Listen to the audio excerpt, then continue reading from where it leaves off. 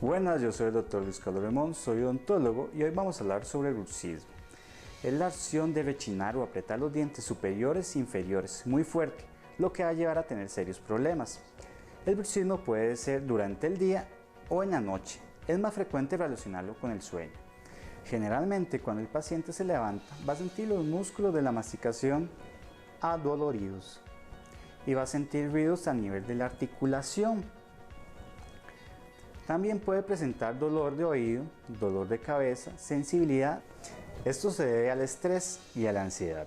Cuando dormimos empezamos a liberar tensiones y las consecuencias se van a ver a nivel de los dientes.